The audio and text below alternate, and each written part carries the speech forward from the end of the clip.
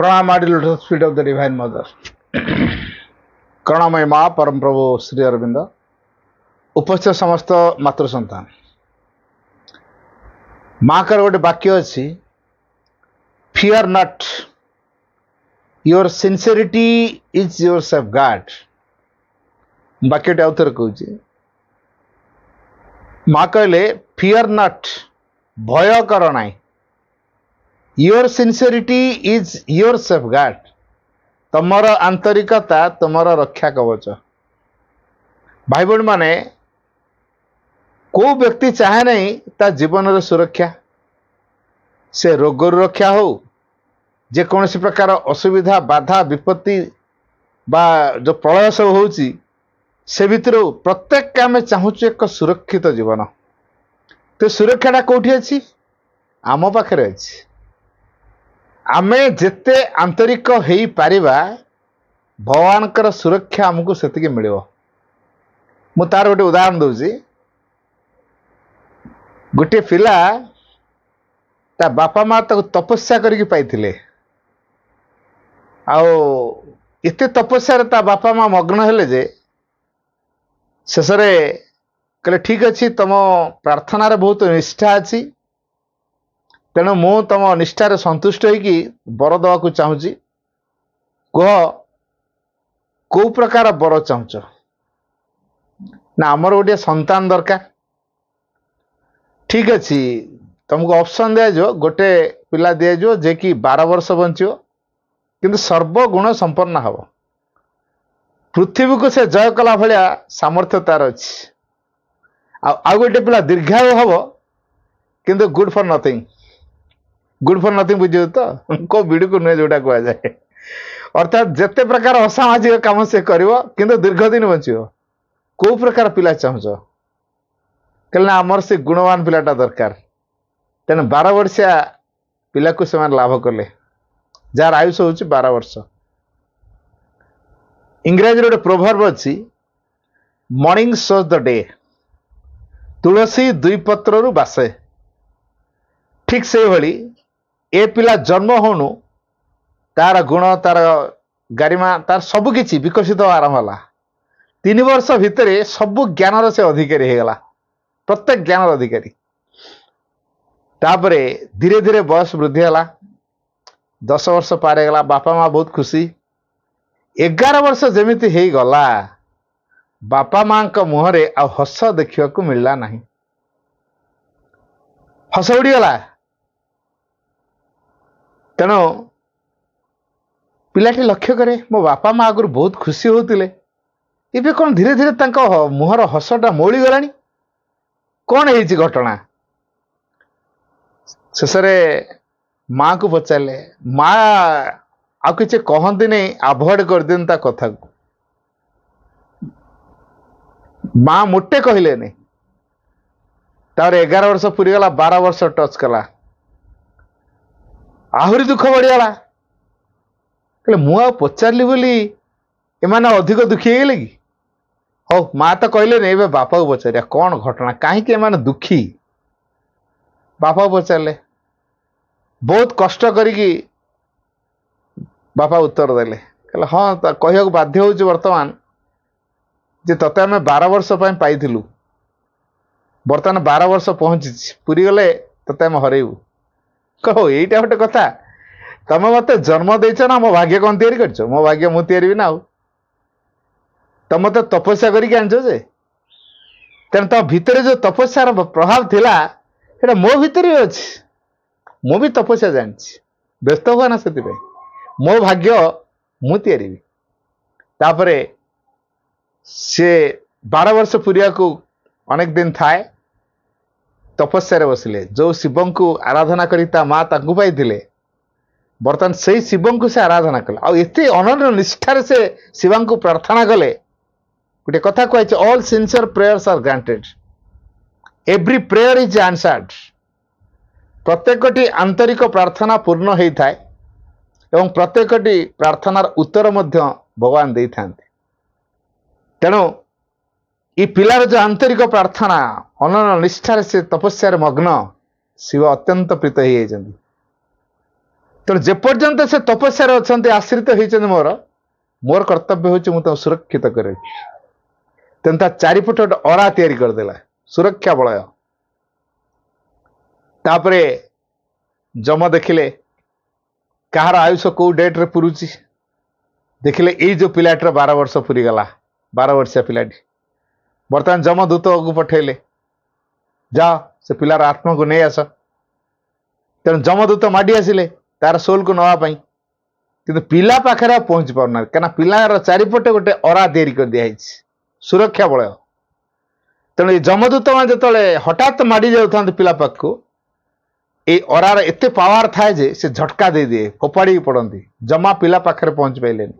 ସବୁଆଡୁ ମାନେ ସେମାନେ ବୁଲି ବୁଲିକି ପ୍ରବେଶ କରିବାକୁ ଚେଷ୍ଟା କଲେ, କିନ୍ତୁ ପିଲା ପାଖରେ ପହଞ୍ଚି ପାଇଲେନି, ସବୁବେଳେ ଝଟକା ଖାଇଲେ। ଶେଷରେ ହତାଶ ହେଇକି ଯାଇ ଯମଦେବଙ୍କ ପାଖରେ ରିପୋର୍ଟ କଲେ, ଆମେ ସେ ପିଲାର ଆତ୍ମାକୁ ଆଣିପାରିଲୁନି। କଣ ହେଇଛି? ଗୋଟେ 12 ବର୍ଷ, ସାମାନ୍ୟ ଗୋଟେ 12 ବର୍ଷର ପିଲାର ଆତ୍ମାଟାକୁ ତମେ ଆଣିପାରିଲନି, ତମେ କି ଦୂତମୟ ହେଇଛ? କାହିଁ ଆପଣ ଯାଇ ଦେଖନ୍ତୁ, ଆମେ ଆଉ ଘଟଣାଟା ବର୍ଣ୍ଣନା କରିପାରୁନୁ, ଆମେ ବହୁତ ଝଟକା ଖାଇଲୁଣି। ଆପଣ ଥରେ ଯାଇ ଦେଖନ୍ତୁ କଣ ହେଇଛି। ବର୍ତ୍ତମାନ ଯମ ନିଜେ ଆସିଲେ, କଣ ହେଇଛି? ଝଟକା ଦଉଛି, ପିଲା ପାଖରେ ପହଞ୍ଚି ପାରିଲନି, ଠିକ ଅଛି। ଯମ ପୁରା ପ୍ରସ୍ତୁତ ହେଇକି ଆସିଛନ୍ତି ତା ସୋଲକୁ ନେବା ପାଇଁ। ଯମ ବି ସେମିତି ମାଡି ଯାଉଥିଲେ, ବାଜିଲା ଝଟକା। ନା ନା ନା ନା, ଇଏ ଏଠି ନିଶ୍ଚୟ କିଛି ଗୋଟେ ଅଛି। ତେଣୁ ଏଇ ଯୋଉ ସୁରକ୍ଷା ବଳୟ ଦିଆହେଇଛି ବା ଅରା ତିଆରି କରାହେଇଛି, ତାକୁ ଟଚ୍ କରିବା, ଦୂରରୁ ଥାଇକି ଫୋପାଡ଼ିବା ଜାଲ। ତେଣୁ ଇଏ କଣ କଲେ, ଫିଙ୍ଗା ଜାଲ ଯେମିତି ଆମେ ମାଛ ମାରିବା ପାଇଁ ଧରୁ, ମାଛ ମାରିବା ପାଇଁ ଫୋପାଡୁ ଫିଙ୍ଗା ଜାଲ, ଇଏ ସେମିତି ଯମ କଣ କଲେ, ସେ ଜାଲ ଫୋପାଡ଼ିକି ତା ସୋଲକୁ ନେବା ପାଇଁ ଚେଷ୍ଟା କଲେ। ଯମ ତ ଭୟଙ୍କର ହେଇଗଲେ, ନଟରାଜ ରୂପ ଧାରଣ କରି ପକେଇଲେ। ମେଦିନୀ ପୁରା କମ୍ପମାନ ହେଇଗଲା, ଯମ ପୁରା ଅଥୟ ହେଇଗଲେ, କମ୍ପିତ ହେଇଗଲା ପୃଥିବୀ। ତାପରେ କହିଲେ, ମୂର୍ଖ, ସିଏ ମୋର ଆଶ୍ରିତ ହେଇଛି, ତମର ଏତିକି ସାଧାରଣ ଜ୍ଞାନ ନାହିଁ? ତମେ ତାକୁ ଆସିଛ ନେଇଯିବା ପାଇଁ ପୁଣି ଜାଲ ଫୋପାଡ଼ିକି? କହିଲା, ଆଜ୍ଞା ମୋ ଡ୍ୟୁଟି ମୁଁ କରୁଛି। କଣ ତମେ ଡ୍ୟୁଟି କରୁଛ? ଏ ମୁଁ ଦେଖିଲି ତା କ୍ୟାଲେଣ୍ଡରରେ 12 ବର୍ଷ ପୁରି ଯାଇଛି, ତେଣୁ ମୁଁ ତା ସୋଲକୁ ନେବା ପାଇଁ ଆସିଥିଲି। କହିଲେ, ଦେଖ ତମ କ୍ୟାଲେଣ୍ଡର ଭଲ କି? ବର୍ତ୍ତମାନ 12ଟା 120 ହେଇଯାଇଛି, ଡାଣରେ ଶୂନ ବାଜି ଯାଇଛି। ଆଶ୍ଚର୍ଯ୍ୟ ହେଇଗଲେ ଯମ, ମୋ କାଲକୁଲେସନ ଭୁଲ ହେଇଗଲା କି? ଆଉ ନା ମୋ ଦେଖିବା ଭୁଲ ହେଇଗଲା?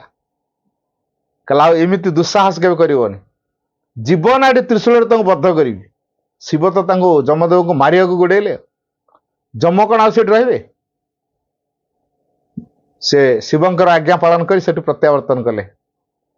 ତେବେ ଏଇଠି ଗୋଟିଏ କଥା ଆମେ ଅନୁଭବ କରିବା, ଯେହେତୁ ପିଲାର ଗୋଟେ ସିନସିୟର ପ୍ରେୟର ଅଛି, ଅନନ୍ୟ ନିଷ୍ଠାରେ ସେ ଭଗବାନଙ୍କୁ ଶିବଙ୍କୁ ପ୍ରାର୍ଥନା କରୁଛି, ତେଣୁ ଶିବ କଣ କଲେ, ବାଧ୍ୟ ହେଇକି ତାକୁ ସୁରକ୍ଷା ଦେବା ପାଇଁ ବ୍ୟବସ୍ଥା କରିଦେଲେ, ଆଉ ସୁରକ୍ଷା ମଧ୍ୟ ଦେଲେ। ତେଣୁ ଏଇ ଯୋଉ ସୁରକ୍ଷାଟା ସେ ନିଜେ ଲାଭ କରିଛନ୍ତି ତାଙ୍କର ଅନ୍ୟାନ୍ୟ ନିଷ୍ଠା ପ୍ରାର୍ଥନାରେ। ଏ ଯୋଉ ନିଷ୍ଠାପର ପ୍ରାର୍ଥନା, ସିନସିୟର ପ୍ରେୟାର, ଭଗବାନଙ୍କୁ କୃପା କରିବା ପାଇଁ ବାଧ୍ୟ କରାଇ ଦେଇଛି। ତେଣୁ ଆମ ଭିତରେ ଯଦି ସେଇ ପ୍ରକାର ସିନସିୟରିଟି ରହିବ, ତାହେଲେ ଆମେ ମଧ୍ୟ ନିଜକୁ ଆମେ ସୁରକ୍ଷିତ କରିପାରିବା। ଆଉ ଯୋଉ ପୃଥିବୀରେ ଯୋଉ ପ୍ରକାର ପ୍ରଳୟ ହଉଛି ବା ଯାହା ଯାହା ଘଟଣା ଅଘଟଣା ସବୁ ଘଟି ଯାଉଛି, ଆମେ ତାକୁ ମିଡିଆ ମାଧ୍ୟମରେ ହାଇଲାଇଟ ଯୋଉ କରାହଉଛି, ତାକୁ ନେଇକି ପ୍ୟାନିକ ସୃଷ୍ଟି କରୁଛୁ ଆମ ଭିତରେ।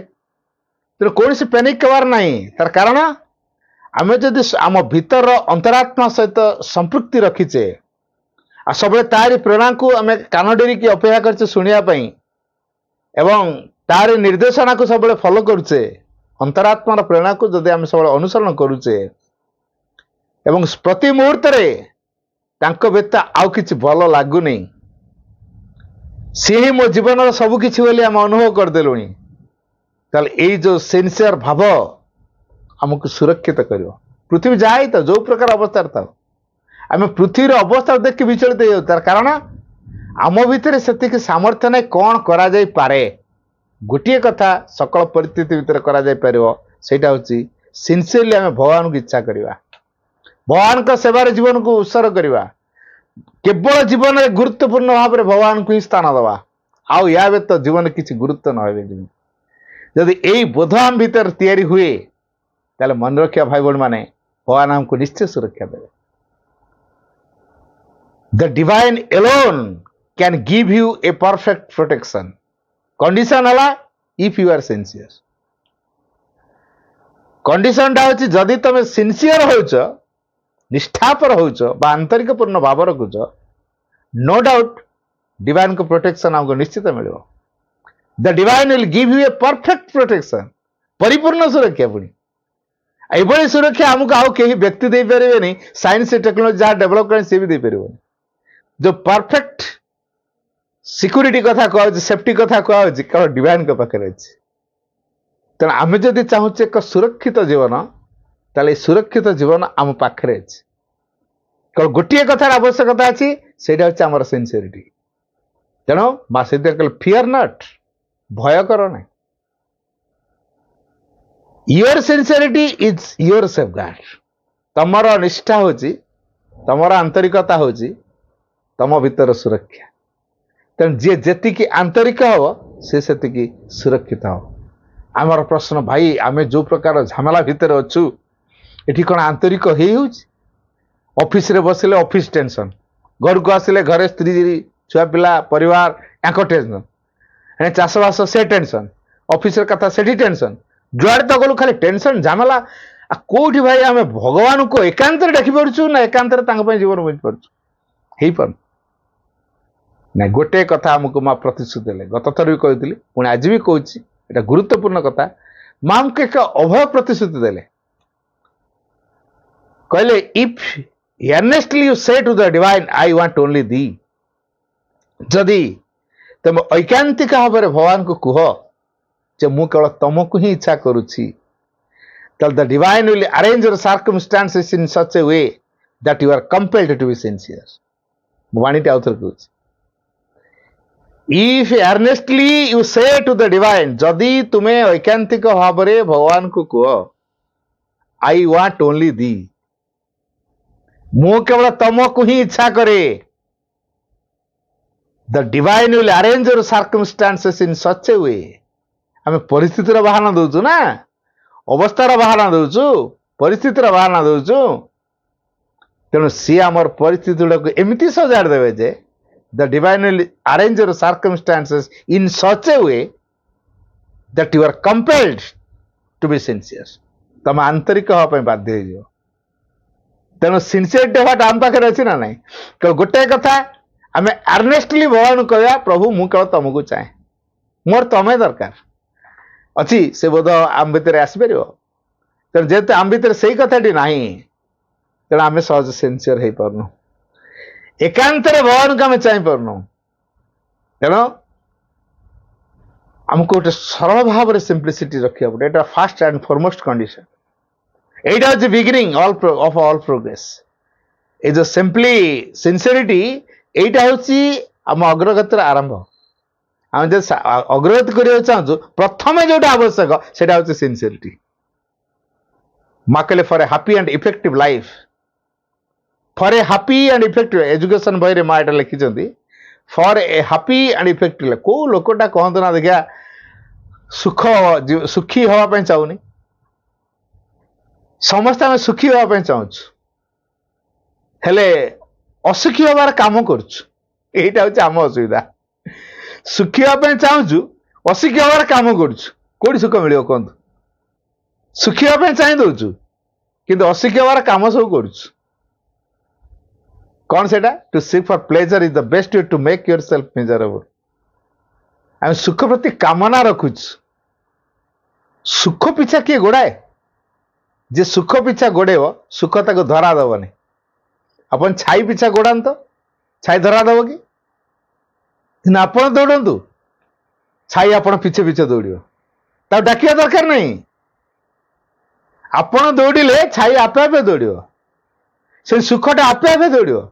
आम सुख पिछा दौड़ू कौट सुख धरा दब जेतु छाई की धरिया आम चेष्टा कर छाई धरा दौनी कि आम दौड़े छाई आम पिछा पिछा दौड़. ये जमती कथा से भगवान को अनुसंधान मातिबा आ जीवन केवल भगवान को जब गुरुत्व दबा ताले सुख आपे आपे आसिक आम पाखे पहुंचे.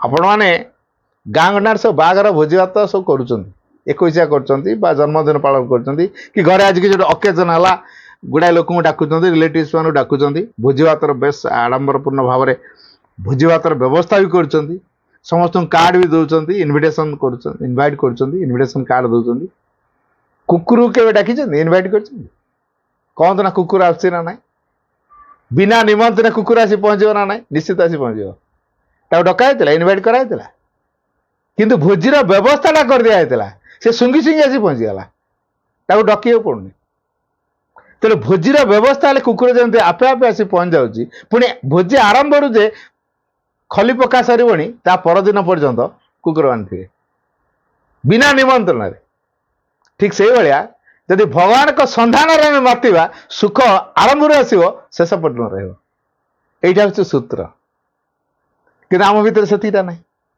तेणु ये सरल भाव गोटे सरल भाव में आम सिनसियर हाँ जार भगवान प्रति विश्वास नहीं ताकू सरलता बोली कहुन से सरल बोली कह तेरे सरलता जोड़ी थी विश्वास जदि सिंप्लिसिटी बदल जदि कपट पशिगला अविश्वास पशिगला संदेह पशिगला छलना पशिगला ताले से सिंप्लिसिटी रही तेरे जो सिंप्लिसिटी अर्थ कौन यहीटा हूँ अग्रगति करिवार first step the beginning of all progress आम जिते प्रकार अग्रगति करिया चाहूँ मु द्वारा पाठ पढ़ुची पाठ पढ़ार मोर सिनसियर रहा दरकार मु गोटे चित्र करुच्ची चित्र मोर सिनसिटी रहा दरकार मु गीत बोलुची मो गीतर सिनसिटी रहा दरकार मु द्वारा लिखुची बड़ लेखक जड़े मु आहरी बढ़िया कि लिखी सिनसियर मु जड़े लेखक कथा कवि कथा कहूँ आश्रम जन साधक थे सिनसिटी कौन कर केमी सुरक्षा दिखती केमी लाइफ एक्सपांड केमी कर मु तार एक ज्वलंत उदाहरण देवी जड़े साधक छुआ दिन माँ पाखे अच्छा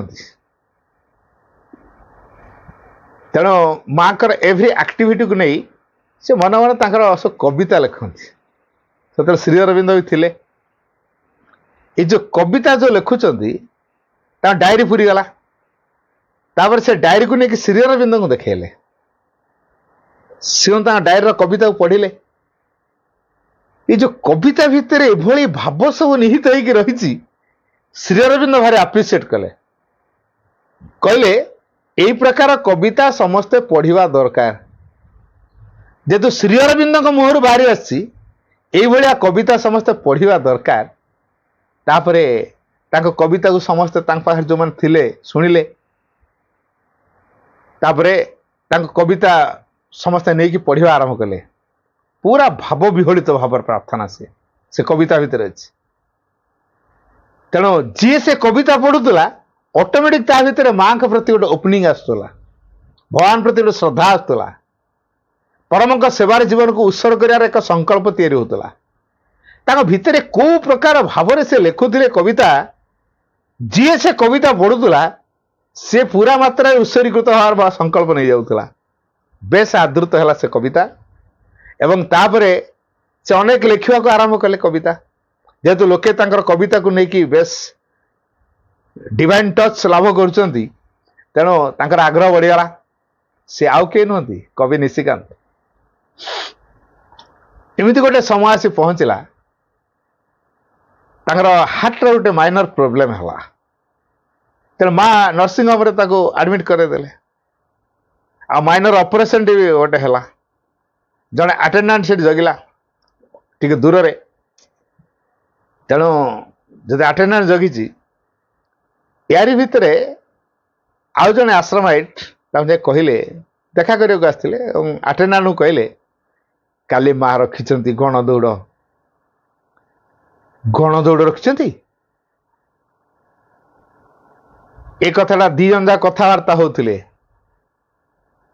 माँ सतर्क कर दे देख निशी को के माँ कहीदे के निशी को केबे तुम जनइबनी जे गणदौड़ हो न निशी जो पिला से मेडिकल बेड रू उठी आसो तो भूल कान के बजेबनी कि ये साधक तो से रिमाइंड कर पारे नहीं दी जन कथबार्ता होता बेले से बेड पाखे शुणिदेले माँ ताले गणदौड़ व्यवस्था क्या रखी महाकाली सांगे मु दौड़ी जदि दौड़ू दौड़ का मो जीवन गला ताल मो जीवन सार्थक हो आ एठी बसिकी बेड रे ट्रीटमेंट होती सालाइन खाऊी इंजेक्शन खाऊी एटा मो सौभाग्यर कथा नुह मो सौभाग्य माँ सहित दौड़ी दौड़ का जीवन गला मोर से सौभाग्य उठी पड़े तापरे जाकि माँ जो गण दौड़ व्यवस्था कर ये जाकि ट्राक रही या किए कहला माँ आश्चर्य हाँ आसलान तो ये तो फेर नहीं मानियो भी नहीं तापर ट्राक दौड़ले तेणु ट्रिटमेंट चलती एने दौड़ आरंभ हो गला तापर दौड़ी आसी फेरला बेलू ब्लड वोमिटिंग हो गला पूरा सीरीयस अवस्था हो गला पुणी एडमिट हो गले बर्तमान डॉक्टर कहले ना ये जहाँ गोटे रिकवर हो आसुले ये जो दौड़ी गले ब्लड वोमिटिंग हो गला ये आओ बंची पारे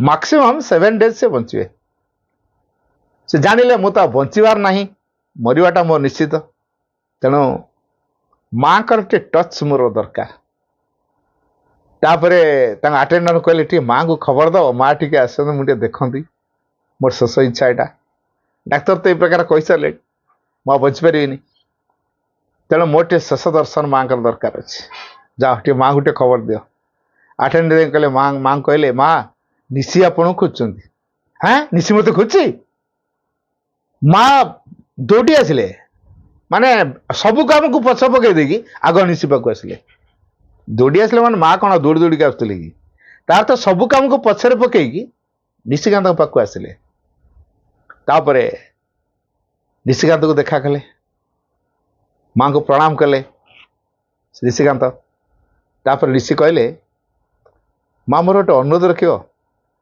तम पाद टिके मो छाती रे रखियो शेष से ही है माँ तांकर अनुरोध रखिले तांकर एव्री प्रेयर क्या से होचन सिंसियर साधक के देखे हुए नहीं तेणु से देखे भाया साधक नुहति रियली भावर सहित से साधना कर तेणु बाहर देखेवा भितर न थाए प्योर हार्टेड राइट एटीट्यूड रे से माँ को भल पाँच तेणु माँ प्रेयर को ग्रांट कले कही all sincere prayers are granted सकल आंतरिक प्रार्थना पूर्ण भितर यहाँ आसला आंतरिक पूर्ण भाव से प्रार्थना करते मोर से माँ को देखा दरकार भितर यहाँ आसी माँ ग्रांट कर माँ को से कहले जे तुम पाद टिके मो छाती रे रख तापर से छाती रे रखिले पादटी को छाती रे जो पादटी को माँ थापी देइचंती ये पाद दीटा को जापुड़ी कर माँ माँ बोली जोर चित्कार सत बर्तमान जीवन जीव कहले माँ अतिमानस अभिव्यक्ति 56 हम आपण कहते मु कौन से वंचित हो ना वंचित हबार ना लाइफ एक्सपांड कर दिगला तापरे शतवार्षिक पुणी पालन हम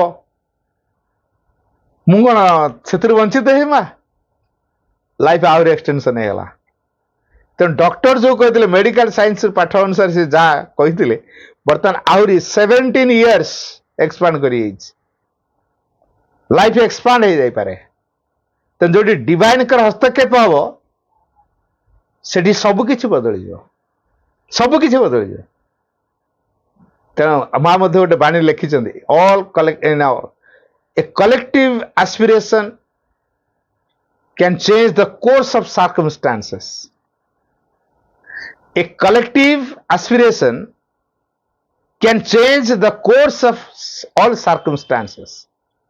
ये जो सामूहिक अभिष्ठा परिस्थिति सकल परिस्थितिर गतिपथ को बदल दे पारे परिस्थिति कौन हबार थी सब बदली जीव बर्तमान से जो कलेक्टिव एस्पिरेशन निश्चित केते जन प्रार्थना कले तेणु गोटे कलेक्टिव प्रेयर माँ ग्रांट कर निशिक भितर गोटे सिनसीयर प्रेयर अच्छे भितर जोटा बाहर भारी सिनसीयरली बाहर तेणु माँ ग्रांट कले डेथ है तो ये अनुभव करवा जदि माँ को आम निबिड़ भाव भल पाचे तर एकांतर माँ हवा दरकार ना माँ था प्लस आउ कि था ये जो जिनसटा आमको मिक्स कर दौची ଦେନ୍ ସିନସିୟରିଟିର ଅଭାବ ହେଇଯାଉଛି। ନା, ଗୋଟିଏ ପର୍ପସ୍, ଲାଇଫର ଗୋଟିଏ ପର୍ପସ୍ ରହିବ, ସେଇଟା ହେଉଛି ଡିଭାଇନ୍। ଆମର ପର୍ପସ୍ ଅଲଗା ହେଇଯାଉଛି। ନା ଡକ୍ଟରଟେ ହବା, ଡକ୍ଟରଟେ ହେଇଗଲା ପରେ କି ଇଞ୍ଜିନିୟର କ'ଣ ଯେକୌଣସି ଗୋଟେ ଜବ୍ କଲା ପରେ ଯେମିତି ମୋର ମିନିମମ୍ ମାସକୁ 30,000 ଟଙ୍କା ଦରକାର, ତେଣୁ କୋଉଠି 40-50,000 ଟଙ୍କା ଭଳିଆ ଦରମା ଗୋଟେ ହେଇଗଲେ ବାସ୍ ସଇଲା, ମୋର ସେଇ ପ୍ରକାର ପଢିବା ଦରକାର ଆଉ।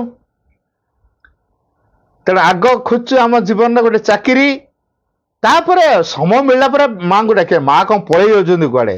ମା ତ ସବୁବେଳେ ଅଛନ୍ତି ନା, ଆଜି ନହେଲେ କାଲି ମାଆକୁ ଡାକି ହବ। ଆଉ ଏତେ ତରବର ହେଇ ଖାଲି ମା ମା କାହିଁକି ହବା? ଆମ ଭିତରେ ଏଇ ପ୍ରକାର ଭାବନା, ଏଇ ପ୍ରକାର ପ୍ରେରଣା କିଏ ଦଉଛି?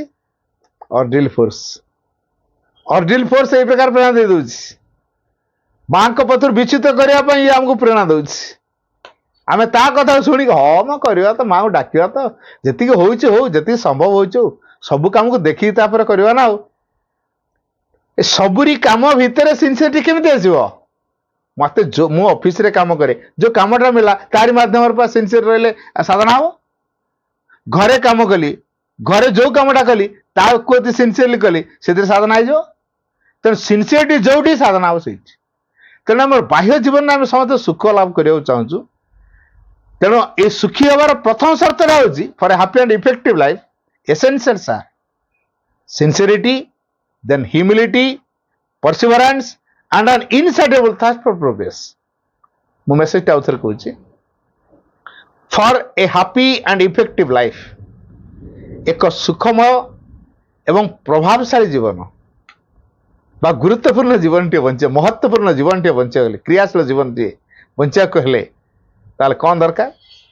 ଏସେନ୍ସିଆଲ ସାର୍, ଅତ୍ୟାବଶ୍ୟକ, ଏସେନ୍ସିଆଲ, ନିହାତି ଆବଶ୍ୟକ ଯୋଉଟା, ସେଟା କ'ଣ କ'ଣ? ଫାର୍ଷ୍ଟରେ ଆସିଲା ସିନସିୟରିଟି। ପ୍ରଥମ ହେଲା ସିନସିୟରିଟି, ଦ୍ୱିତୀୟରେ ହ୍ୟୁମିଲିଟି, ବିନମ୍ରତା, ତୃତୀୟରେ ପରସିଭରାନ୍ସ ଅର୍ଥାତ୍ ଅଧ୍ୟବସାୟ, ଚତୁର୍ଥରେ ଆନ୍ ଇନସାଟିଏବଲ୍ ଥାର୍ଷ୍ଟ ଫର ପ୍ରୋଗ୍ରେସ, ଅଗ୍ରଗତି କରିବା ପାଇଁ ଏକ ଅତୃପ୍ତ ତୃଷ୍ଣା। ତେଣୁ ଏଇ ଯୋଉ ଅଗ୍ରଗତି ପାଇଁ ଗୋଟେ ଅତୃପ୍ତ ତୃଷ୍ଣା, ଏମିତି ଏକ ଶୋଷ, ଅଗ୍ରଗତିର ଶୋଷ ଆମକୁ ଏମିତି ଝାଡ଼ିବ, ସେ କେ ତୃପ୍ତ ହଉନଥିବ। ଆହୁରି ଆହୁରି ଦରକାର, ଆହୁରି ଅଗ୍ରଗତି, ଆହୁରି ଅଗ୍ରଗତି, ଆହୁରି ଚରେଇବେତି ଚରେଇବେତି ଚରେଇବେତି ଚରେଇବେତି ଚିର ଲକ୍ଷ୍ୟ ଆମର। ଆମେ ସବୁବେଳେ ଆଗେଇବୁ ଆଗେଇବୁ ଆଗେଇବୁ ଆଗେଇବୁ, ଏଇଟା ହଉଛି ଆମର ଲକ୍ଷ୍ୟ। ଏଇଟା ପାଇଁ କଣ୍ଡିସନ କ'ଣ ଦରକାର? ସିମ୍ପଲି ସିନସିୟରିଟି। ଏଇଟା ହଉଛି the beginning of all progress. ସକଳ ଅଗ୍ରଗତିର ଏଇଟା ହଉଛି ଆରମ୍ଭ। ଏଇଠୁ ହିଁ ଆରମ୍ଭ ହବ ଅଗ୍ରଗତି। ଯଦି ଆମେ ସିନସିୟର ନ ଜାଣିଥାନ୍ତୁ, ଗୋଟେ ଷ୍ଟେପ୍ ମଧ୍ୟ ଆମେ ଆଗକୁ ଯାଇପାରିବାନି, ଗୋଟେ ଷ୍ଟେପ୍ ମଧ୍ୟ ଆମର ପ୍ରୋଗ୍ରେସ ହବନି। ତେଣୁ ପ୍ରୋଗ୍ରେସ ପାଇଁ ଫାଷ୍ଟ ଆବଶ୍ୟକ ହଉଛି ସିନସିୟରିଟି। ଆଉ ଟୁ ରିଚ୍ ଆୱାର ସ୍ପିରିଚୁଆଲ ଗୋଲ, ଆମର ଆଧ୍ୟାତ୍ମିକ ଲକ୍ଷ୍ୟରେ ଆମେ ପହଞ୍ଚିବାକୁ ହେଲେ ବି ସିନସିୟର। ମା କହୁଛନ୍ତି ବି ସିନସିୟର। ଆମେ ଯୋଉ ଆଧ୍ୟାତ୍ମିକ ନିୟତିଟି ଲକ୍ଷ୍ୟ ହିସାବରେ ଗ୍ରହଣ କରିଛୁ, ଯୋଉ ସ୍ପିରିଚୁଆଲ ଡେଷ୍ଟିନି ଆମ ମାନଙ୍କ ପାଇଁ ରଖା ହେଇଛି, ଆଧ୍ୟାତ୍ମିକ ନିୟତିଟି, to manifest the divine, to become the divine, ଏଇ ଯୋଉ ନିୟତିଟି ଆମ ଆଖି ଆଗରେ ରଖା ହେଇଛି ସମସ୍ତ ମାନବ ସତ୍ତା ପାଇଁ, ସେଥିପାଇଁ କ'ଣ କରିବା କହ? ଟୁ ରିଚ୍ ସ୍ପିରିଚୁଆଲ ଗୋଲ ବା ସ୍ପିରିଚୁଆଲ ଡେଷ୍ଟିନି, এই ଆଧ୍ୟାତ୍ମିକ ନିୟତି ବା ଆଧ୍ୟାତ୍ମିକ ଲକ୍ଷ୍ୟରେ ଆମେ ପହଞ୍ଚିବାକୁ ହେଲେ ପ୍ରଥମ କଥା ହେଲା ବି ସିନସିୟର। ଆମକୁ ଆଗ ନିଷ୍ଠାପର ହେବାକୁ ପଡ଼ିବ। এইটা মানে କ'ଣ? That is to say make it the single purpose of your life, ଅର୍ଥାତ୍ ଭଗବାନଙ୍କୁ ଆମ ଜୀବନର ଏକମାତ୍ର ଲକ୍ଷ୍ୟ ହିସାବରେ ଗ୍ରହଣ କରିବା। ଜୀବନରେ ଆମର ଏକମାତ୍ର ଲକ୍ଷ୍ୟ ହେବ ଭଗବାନ, ୟା ବ୍ୟତୀତ ଦ୍ୱିତୀୟ ଲକ୍ଷ୍ୟ କିଛି ନାହିଁ। ଭଗବାନଙ୍କୁ ଧରୁ ଧରୁକା ବାଟରେ କ'ଣ କ'ଣ ସବୁ ମିଳିଯାଇପାରେ। ମୁଁ ସପୋଜ ଏଇନା କେନ୍ଦୁଝରରୁ ଭୁବନେଶ୍ୱର ଯିବି, ବାଟରେ ଘଟଗାଁ ତାରିଣୀ ପଡ଼ିବ। ଏତେ ବଢ଼ିଆ ଜାଗା, କେତେ ପର୍ଯ୍ୟଟକ ଏଠିକି ଆସୁଛନ୍ତି, ଭାରତର କୋଣ ଅନୁକୋଣ ବର୍ତ୍ତମାନ ଲୋକ ଆସିଲେଣି, ଇଏ ପୁରା ଫେମସ୍ ହେଇଗଲାଣି ଘଟଗାଁ ତାରିଣୀ।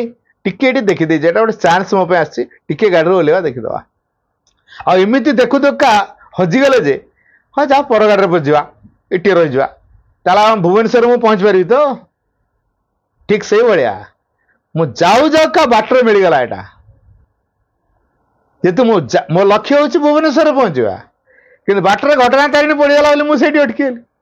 ସେମିତି मो जीवन यात्रा रे मोर लक्ष्य होउछन्ति भगवान ए भगवान पाखु जाऊ जाऊका मते कौन मिलगला कौन गोटे अचिवमेंट आसीगला कौन गोटे सक्सेस मिलला मुझे अटकी गली मु तो ये भगवान धरती चाकरी खण करने ओएसटे पाइबा कि आईएसटे पाइबा आईपीएस हाँपाई कि गोटे बड़ अफिसर हाँपाई कि गोटे प्रोफेसर हाँपाई तो मुझे लक्ष्य रखी बास मत से मिलगला आउ कौन मोर आवश्यक अच्छे बास ये जो सक्सेस टी मिलगला आम से अटकी गलु ये कौन कला आम प्रोग्रेस को हल्ट करदेला फुल स्टॉप पकईदेला आम से अटकी गलु ना इनसाटिएबल थास्ट फॉर प्रोग्रेस आम तो से साटिएबल हो गला आमर चाकरी भितर आम साटिस्फाइड कौन सिनसीयरिटी तैयारी आहरी गोटे बढ़िया कथा कहते you should be satisfied with what you have but never be satisfied with what you are मुझे आउ थे कहूँ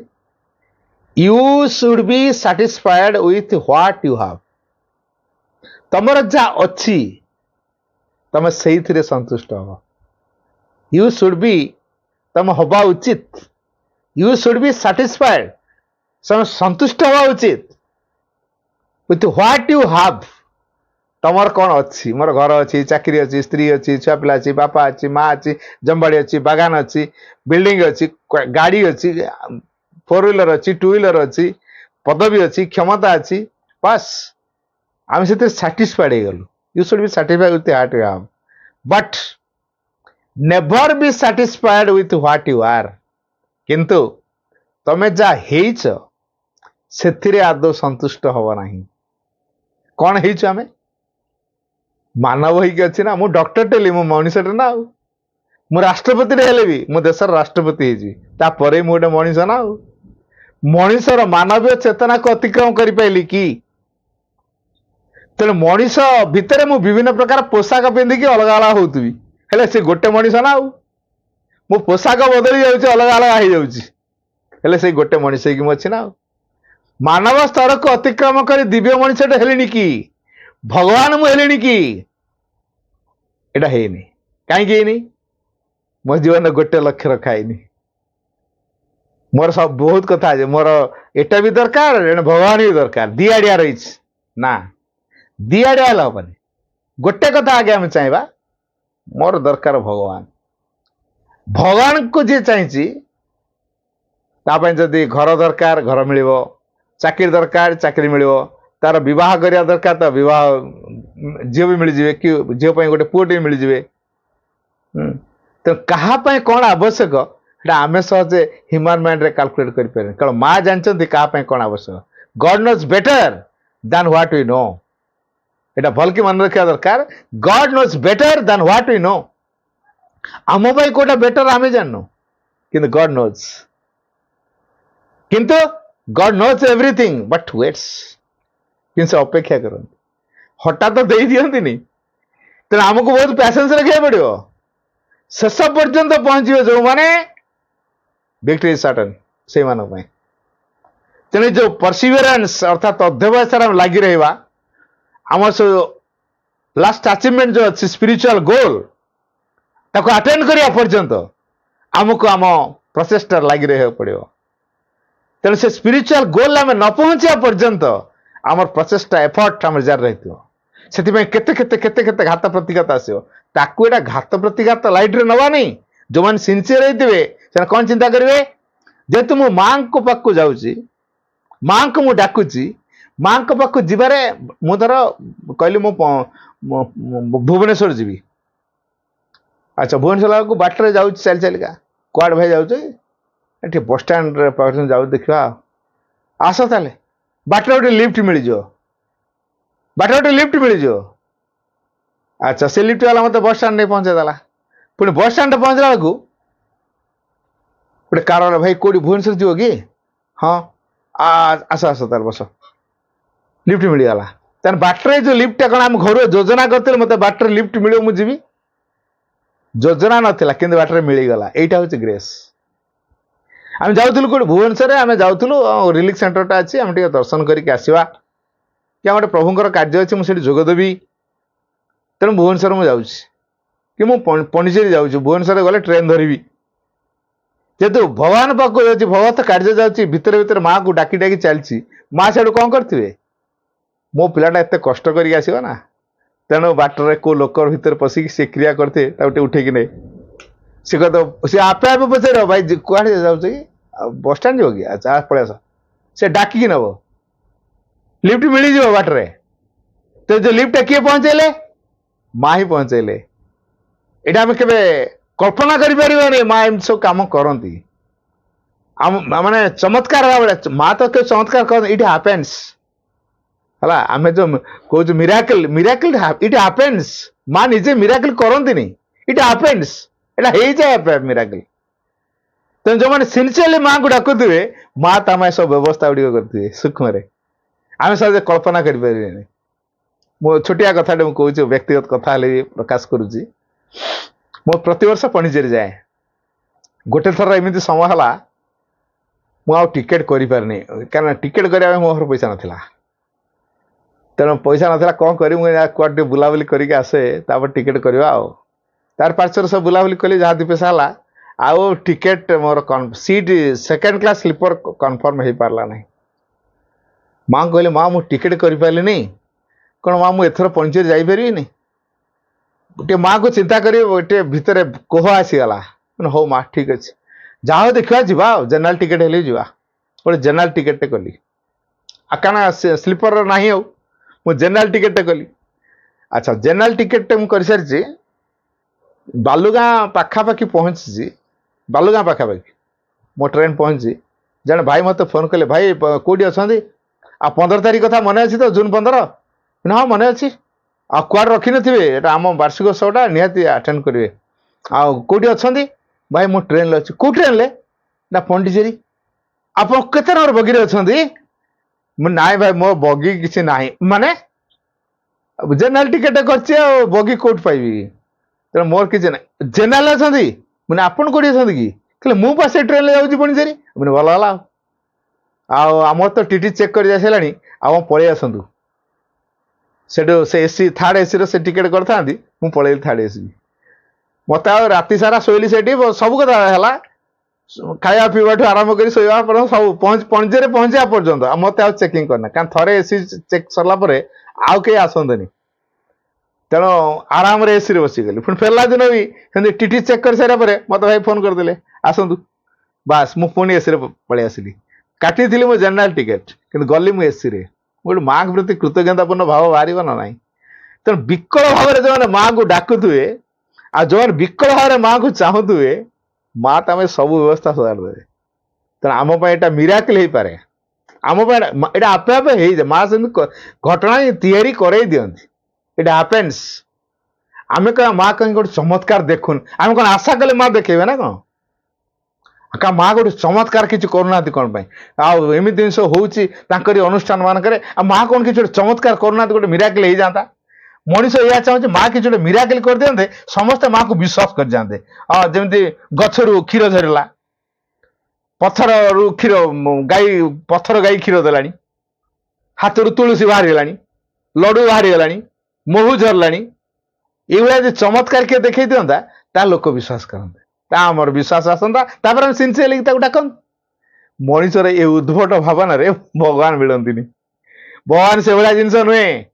ଚମତ୍କାର ଦେଖେ ଲୋକଙ୍କୁ ଆଟ୍ରାକ୍ଟ, ଏଇ ଉଦ୍ଭଟ ଭାବନା ଭିତରୁ ଯୋଉ ଆସୁଛି, ଆଉ ମଣିଷର ଚିନ୍ତା ଚେତନା ଭିତରେ ଯୋଉ ପ୍ରକାର ଇମାଜିନ୍ ସବୁ ଆସୁଛି, ସେଇ ଅନୁସାରେ ଭଗବାନ କାମ କରନ୍ତିନି। ଭଗବାନ ତାଙ୍କ ଧାରାରେ ସେ କାମ କରିବେ। ସେଟା ଆମ ପାଇଁ ଚମତ୍କାର, କିନ୍ତୁ ଭଗବାନ ପାଇଁ ଏଇଟା ଚମତ୍କାର ନୁହେଁ, ତାଙ୍କର ଧାରା ସେଟା। ତେଣୁ ମିରାକଲ ଇଟ୍ ହାପେନ୍ସ। ତେଣୁ ମିରାକଲଟା ଆପେ ଆପେ ହେଇଯାଏ, ମା ସେଟା କରେଇ ନିଅନ୍ତି।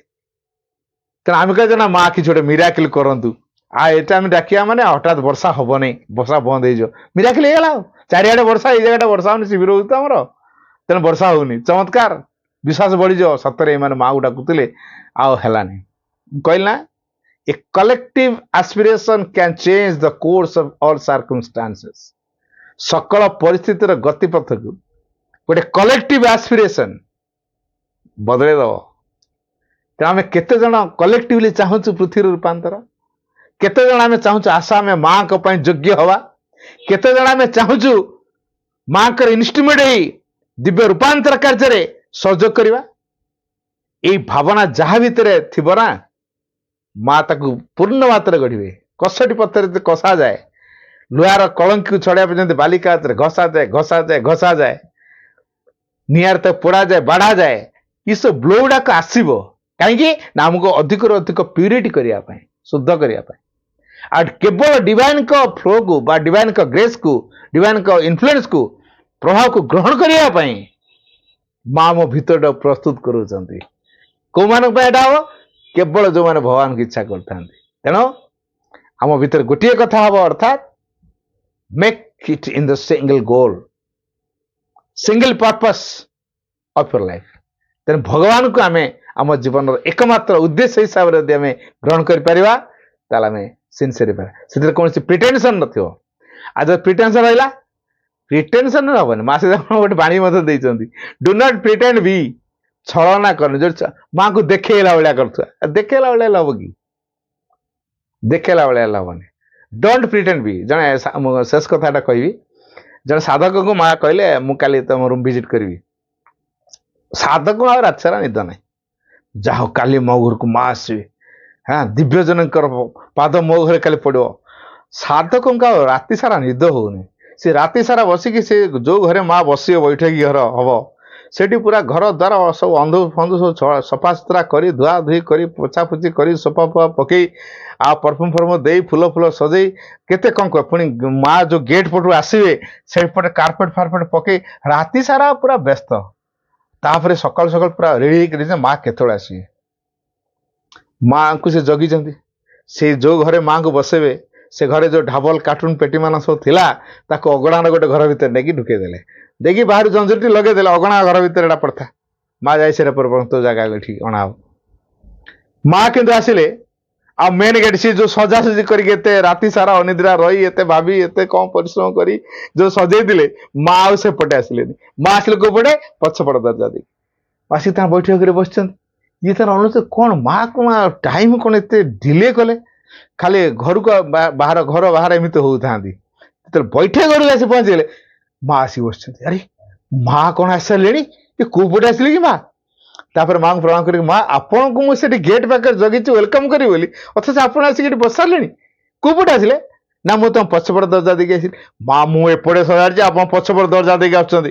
କହିଲେ କଥା କ'ଣ କି, ଏଇ ଘରର ଯୋଉ କାର୍ଟୁନ ଢାବଲ ପେଟି ଏମାନେ ସବୁ ରଖିଥିଲ, ତାକୁ ନିଜ ଅଗଣାରେ ସେ ଘରଟା ଭିତରେ ଯୋଉ ରଖିଛ, ସେମାନେ ମତେ ପ୍ରେୟାର କଲେ, ମା ଦେଖ ତମେ ଆସୁଛ ବୋଲି ତମ ପାଇଁ କେତେ କେତେ ବ୍ୟବସ୍ଥା ହେଇଛି, ଆଉ ଆମ ମାନଙ୍କୁ ଟିକେ ଦେଖିଛ ତ? କୋଉ ଢାବଲ ଚକ୍ରାସନରେ, କିଏ ବଜ୍ରାସନରେ, କିଏ ଶୀର୍ଷାସନରେ, ଏମିତି ସବୁ ଅବସ୍ଥା ଭିତରେ ଅଛନ୍ତି। କେହି ଆଉ ପୋଜିସନ ଠିକରେ ନାହାନ୍ତି, କାରଣ ଯେମିତି ଆସନ୍ତି ଫୋପାଡ଼ି ଦେଇଛନ୍ତି, ଗଲା ଆଉ କ'ଣ ଅଛି। ତେଣୁ ଅସଳା ହେଇକି ରହିଛି। ସେ ଯୋଉ ଅବସ୍ଥା ଭିତରେ ଅଛନ୍ତି, ସେମାନେ ମାଙ୍କୁ କହିଲେ ଯେ ମା ଟିକେ ଆମ ଦୁର୍ଦ୍ଦଶା ଟିକେ ଦେଖିକି ଯାଅ। ତମେ ଆସୁଛ ବୋଲି ତମ ପାଇଁ ଏତେ ବ୍ୟବସ୍ଥା, ଅଥଚ ଆମକୁ କେମିତି ଅବସ୍ଥା ଭିତରେ ପକେଇକି ରଖିଛନ୍ତି ଟିକେ ଦେଖ। ତେଣୁ ମା ଆଗ ସେମାନଙ୍କ ରିକ୍ୱେଷ୍ଟ ରଖିଲେ, ଦେଖିଲେ, ତ ଦୃଷ୍ଟି ପକେଇ ଦେଇକି ପଳେଇ ଆସିଲେ, ଆସିକି ବସିଛନ୍ତି। ତେଣୁ ମାଙ୍କ ପାଖରେ କହିଲେ, ଦେଖ ତମେ ଏଇ ଯୋଉ ମୁଁ ଆସୁଛି ବୋଲି ଏତେ ସାହସ ଯାଇଛି, ସବୁଦିନ କ'ଣ ଏମିତି ଭାବ ରଖିଛ? ଏଇ ପ୍ରକାର ପ୍ରିଟେନସନ କାହିଁକି? ଭଗବାନ ପ୍ରିଟେନସନ ମିଳନ୍ତିନି। ସେଥିପାଇଁ ମା ଗୋଟେ ବାଣୀ ଦେଲେ, ଡୁ ନଟ୍ ପ୍ରିଟେଣ୍ଡ, ଅର୍ଥାତ୍ ଛଳନା କରନି, ବି ହେଉଟ ଆଜ ଇଟ୍ ଇଜ୍। ଆମେ ସେଇଟା କାହିଁ ମାଙ୍କୁ ଦେଖେଇ ପାରିବାନି? ଆମେ କାହିଁ ଛଳନା କରିବା? ମୋ ନାକରୁ ସିଙ୍ଗାଣି ବାହାରି ଯାଉଛି, ମୁଁ ପ୍ୟାଣ୍ଟରେ ପୋଛି ପକଉଛି, ମୁଁ ସେଇ ଅବସ୍ଥାରେ ମୋ ମା ପାଖକୁ ଯାଇପାରିବିନି? ମୋ ମା କହ ତୁ ସଫା ସୁତୁରା ହେଇକି ସେଣ୍ଟ ଫେଣ୍ଟ ସ୍ପ୍ରେ କରିକି ପାଉଡର ଫାଉଡର ମାରି ଚିତା ଫିତା ଲଗେଇ ଆଇ, ତାହେଲେ ତୁ ମୋ ବେଟା, ଆଉ ନହେଲେ ତୁ ମୋ ବେଟା ହେଇପାରିବୁନି, ମୁଁ ତ କୋଳେଇବିନି, କହିବ ମା। ଆମେ ବା ମାର ପିଲା, ସିଏ ଆମକୁ ସଫା ସୁତୁରା କରିବ, ସେ ପାଉଡର ମାରିଦବ, ସେଣ୍ଟ ସ୍ପ୍ରେ କରିଦବ, ଆଉ ଚିତା ଲଗେଇଦବ, କେତେ କେତେ ଗେଲ କରିବ, ଚୁମା ଟିକେ ଦେଇକି କୋଳେଇ ନବ। ସିଏ ଆମ ମା। ଏ ଭାବ ଅଛି? ଆଉ ମାଙ୍କ ପାଖରେ କାହିଁକି ଡ୍ରେସିଂ ପେଣ୍ଟିଂ ହେଇକି ଯିବୁ? କ'ଣ ଅଧିକ ଆକର୍ଷିତ ହେବେ ନା କ'ଣ ମା ପେଣ୍ଟିଂ ହେଇକି ଗଲେ? ନା, ଆଜ ଇଟ୍ ଇଜ୍। ଆମେ ଯେମିତି ଅବସ୍ଥାରେ ଅଛୁ ଠିକ ସେଇଭଳି ଅବସ୍ଥାରେ ଆମେ ଯଦି ରଖିପାରିବା, ତାହେଲେ ସେଠି ଛଳନା ରହିବନି। ତାହେଲେ ସେ ମା କହିଲେ, don't pretend be, do not promise. କାରଣ ଆମେ ପ୍ରତିଶ୍ରୁତି ଦେଉଛୁ, ହଁ ଏଇଟା କରିଦେବି, ସେଇଟା କରିଦେବି। କରୁଛୁ କୋଉଠୁ? ଆକ୍ଟ। Do not promise. ପ୍ରତିଶ୍ରୁତି ଦିଅନି, କରିଚାଲ। ଆମେ ତ ଖାଲି ପ୍ରତିଶ୍ରୁତି ଦେଇ ଚାଲୁ। ଆଉ ଡୋଣ୍ଟ ଡ୍ରିମ୍, ରିଅଲାଇଜ। ସ୍ୱପ୍ନ ଦେଖନି, ଉପଲବ୍ଧି କର। ଆମର କୋଉଟା ହେଇଛି? स्वप्न माँ कर गोटे जगह करी चाकरी पैसा हम ये गोटे आश्रम करी गोटे माँ रूम करी रिलिक्स आनी माँ कपड़ा फपड़ा जहाँ सब मिल आश्रम तक आनी गोटे माँ रूम गोटे करी ये गोटे लंबाड़िया घर करी गोटे पार्चर घर हम केते लोक आसे कौन कौन करेंगे ये केते कौन सब भावी दूचे यहाँ हूँ मोर ड्रीम ड्रीम रे किसी काम हेनी रियलाइज करिया पड़ो तेनाली जो से माँ कहले डू नॉट ड्रीम रियलाइज तीन टा कथा पालन कर पारे don't pretend be do not promise act और डू नॉट ड्रीम रियलाइज ये तीन टा कथा को फॉलो कर माँ को जगेवा बंद मातरम।